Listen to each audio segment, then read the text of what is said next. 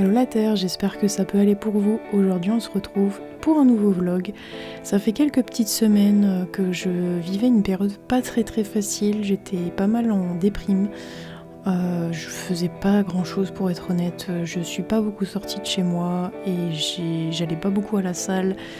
J'étais pas dans une bonne période, mais heureusement ça n'a pas duré longtemps parce que j'aime pas quand ça dure, je pense que personne n'aime quand ce genre de période ça dure.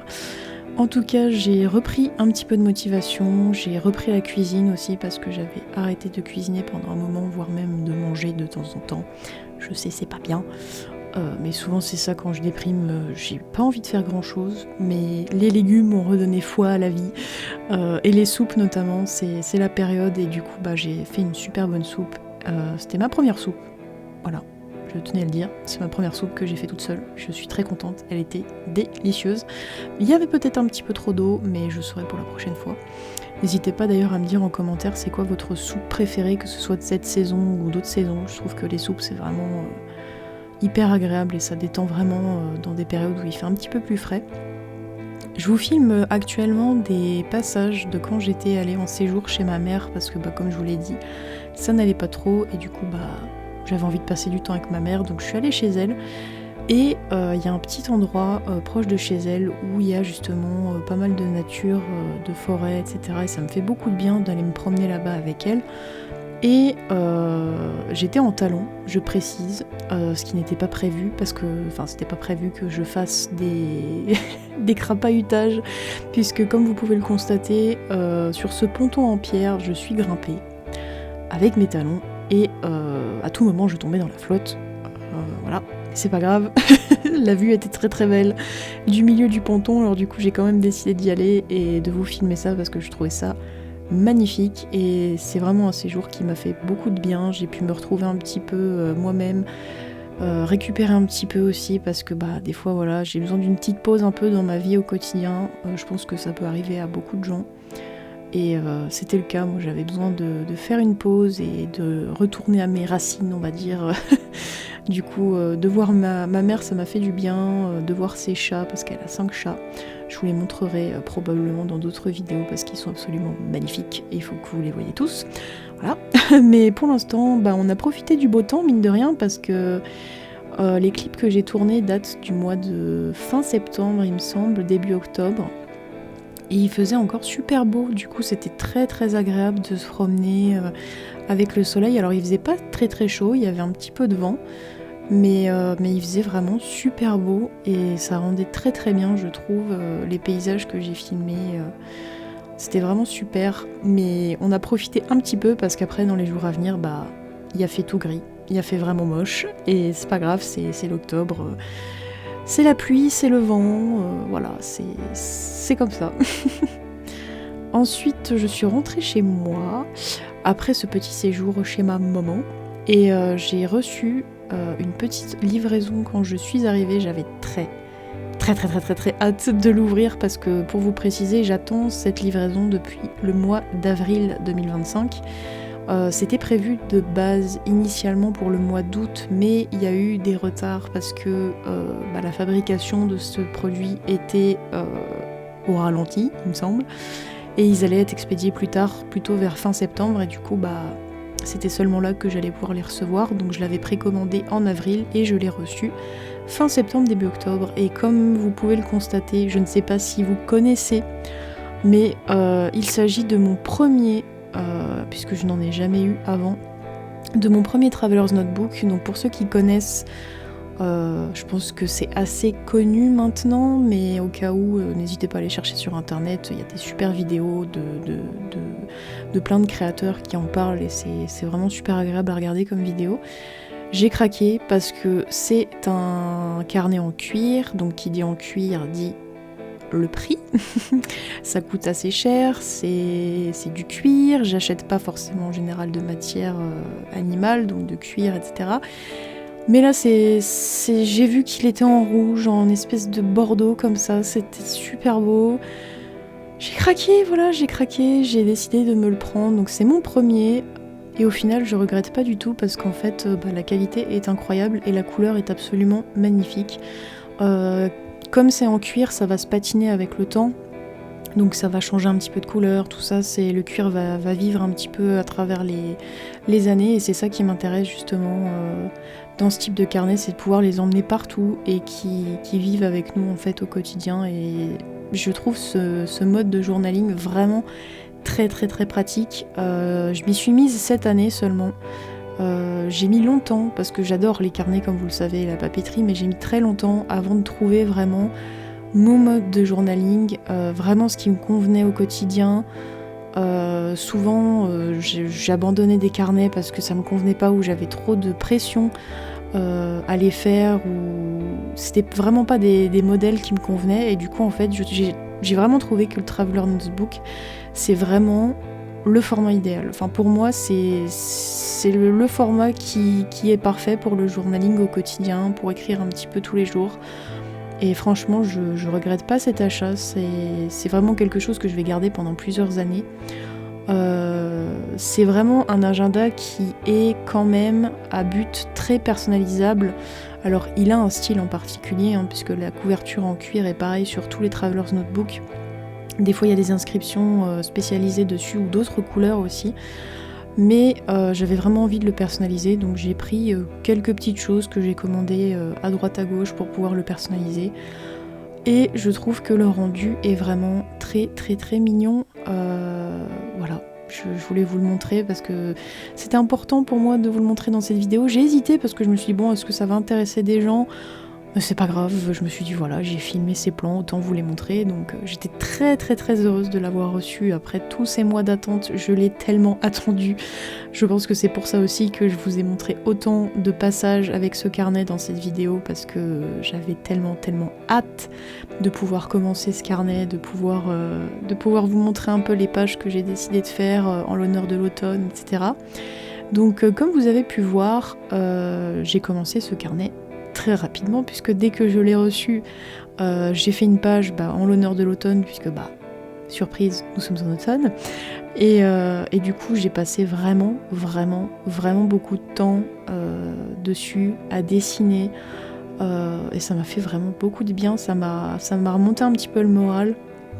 J'avais perdu un petit peu cet élan créatif ces dernières semaines, et puis en recevant ce carnet, c'est revenu, j'ai eu l'envie de reprendre le collage, le dessin, etc. Et du coup, je m'y suis remise un petit peu. Et comme vous pouvez le constater, c'est vraiment un format qui est hyper pratique, parce que c'est pas des grandes pages. C'est pas des... Enfin, personnellement, j'ai du mal, ça a tendance à me faire peur, les grandes pages, parce que souvent, je sais pas forcément comment les agrémenter, ou même... Je pense que j'écris pas assez bien pour pouvoir avoir des grandes pages remplies de mon écriture. Après ça c'est personnel bien évidemment, je pense que c'est au goût de chacun, mais le format du Traveler's Notebook, donc le format régulier, est vraiment le format parfait pour moi. J'ai découvert ça cette année et je m'en lasse pas en fait. À chaque fois que je remplis mon journal, c'est plus une corvée de remplir mon journal, je dois plus y penser en fait. À chaque fois je l'emmène partout, il me suit partout. Et dès que j'ai quelque chose à noter ou à glisser dedans, l'avantage avec le Traveler's Notebook, c'est qu'on peut vraiment coller tout ce qu'on veut dedans. C'est-à-dire que quand je fais une sortie, que ce soit au cinéma ou dans un restaurant, et que j'ai envie de me rappeler de ce souvenir-là, de cette journée, je garde tout. Je garde les tickets, les étiquettes, même de certaines livraisons que je reçois, tous les stickers qu'on m'envoie, ou les cartes de visite des marques et tout ça, je les colle dedans. Comme ça, en fait, ça me permet de retrouver...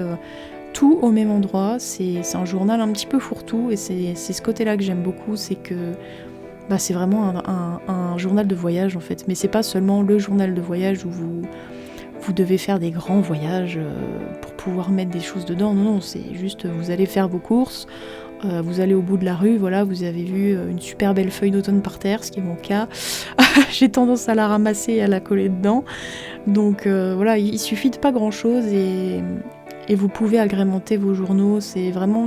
Ne vous mettez pas la pression, parce que je sais que je suis très perfectionniste et j'ai tendance à me mettre beaucoup de pression, surtout pour les journaux, pour qu'ils soient vraiment parfaits, que ce soit très, très bien agencé, que ce soit très bien écrit, que tout soit carré à l'intérieur, mais la vie c'est pas comme ça. La vie c'est pas carré. Et du coup ça se ressent dans les journaux quand on essaye de faire quelque chose qui retrace pas vraiment la réalité.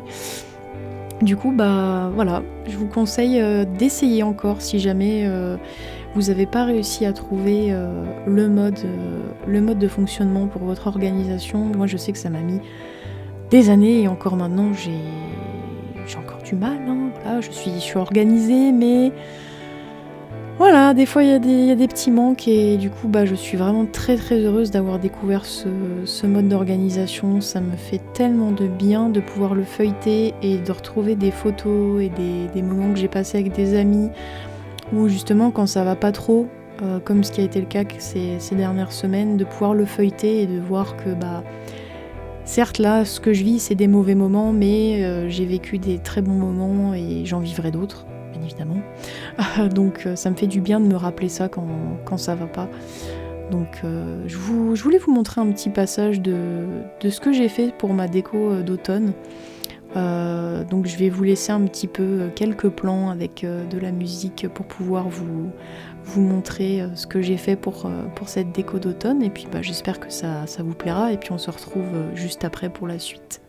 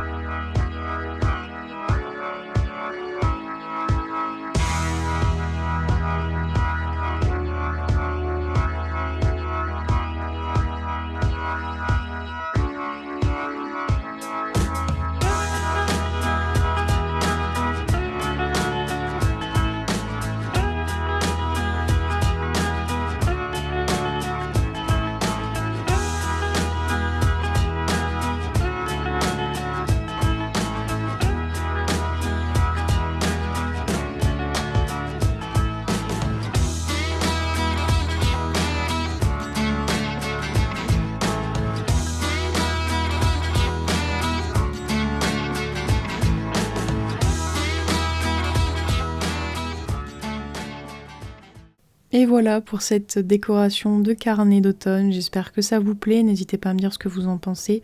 Je l'ai mis en post sur Instagram, je pense que je mettrai souvent mes pages de journaux sur Instagram afin que vous puissiez voir un petit peu ce que je fais tout simplement, si jamais ça vous intéresse ou que ça peut vous donner de l'inspiration aussi. Moi je sais que j'adore regarder ce genre de post, ça me fait trop du bien et ça m'inspire énormément. Je voulais vous accompagner aussi, enfin je voulais que vous m'accompagniez plutôt.